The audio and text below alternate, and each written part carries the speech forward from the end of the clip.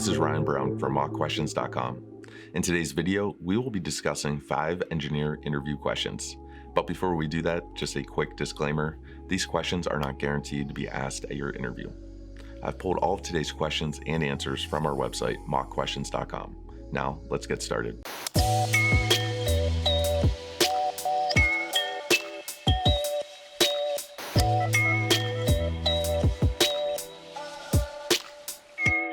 Question number 1. Why do you want a career as an engineer?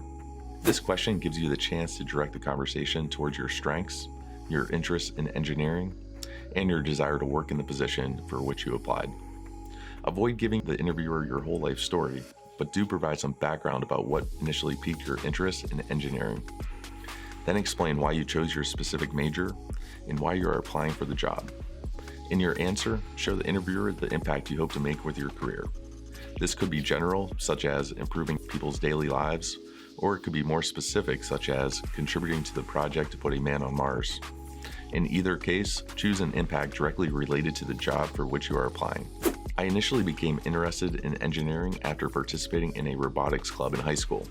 I love learning new skills in math and science and getting to actually apply those ideas to make something happen. Ultimately, I chose to major in civil engineering because I enjoy spending time in the outdoors, and I like seeing that my projects have a direct, immediate impact on people's lives. In structural engineering, I found I can combine my initial interest in programming that I developed in the robotics club to model complex structural systems in the buildings that people use every day. Question number 2. What do you do when your time schedule or project plan is upset by unforeseen circumstances? Even the most carefully planned project will have problems. Take this opportunity to show the interviewer that you are adaptable and flexible. If you are aware of any formal ways of handling project scheduling, such as reevaluating scope, fast-tracking, or crashing the schedule, tell your interviewer. Well, one idea is to reevaluate the scope. Sometimes schedules can get thrown off because of scope creep and the project changes some way in the middle of the process. Another thing we can do is fast-track the schedule in more than one part of the project at the same time. Finally, a third idea is to crash the schedule and put more people on the project than we had originally planned. Every project is different, and we would have to assess the situation when it came up. But those are a couple of ideas. Question number 3. Tell me about a time when you influenced the outcome of a project by taking a leadership role. This question is an opportunity to show the interviewer both your teamwork and leadership skills. Tell the interviewer about a project where your idea was critical to the project's development, or when your team faced a difficult task and it was your idea that enabled your team to complete the project. Last summer, I interned at a company that did municipal sewer projects. The community they were working with wanted to obtain funding through a state loan program. And as you may know, government programs usually have specific requirements for how the requests are put together. Most of the other team members were busy with other work, so I took it upon myself to research the loan requirements and be the primary contact with the state. In the end, the project went well. Question number 4. Tell me about a problem you faced recently where you were unsure of the answer. How did you research the problem and find a correct solution? Many engineering positions require a structured method for solving problems. Following a problem-solving method shows that you are efficient and can produce measurable work.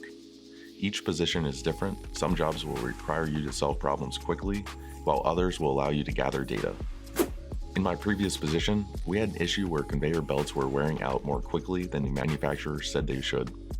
We tried replacing the belt and adjusting the track more often, but it wasn't solving the problem. Then I tried using the root cause analysis method for solving problems. After defining the problem, we dedicated 2 months to collecting data about the belt wear. Then we made a list of all the possible factors, including the roller, the material the belt was carrying. We figured out that not all of the material was leaving the belt. Some of it was getting stuck in the belt and carried back. From there, we were able to come up with a couple different solutions. Question number 5. What is your overall career objective? Do you see yourself working in engineering 10 years from now? If not, what do you think you'll be doing? Engineering careers typically follow a management trajectory or a technical trajectory. The management trajectory focuses more on scheduling, communication, and coordinating the big picture efforts of engineering projects. By contrast, technical specialists become experts in one area of engineering, such as cables, semiconductors, bridges, or pavement design. You currently may not know the path you plan to take, but you should be able to articulate a narrative that shows your ability to think long term.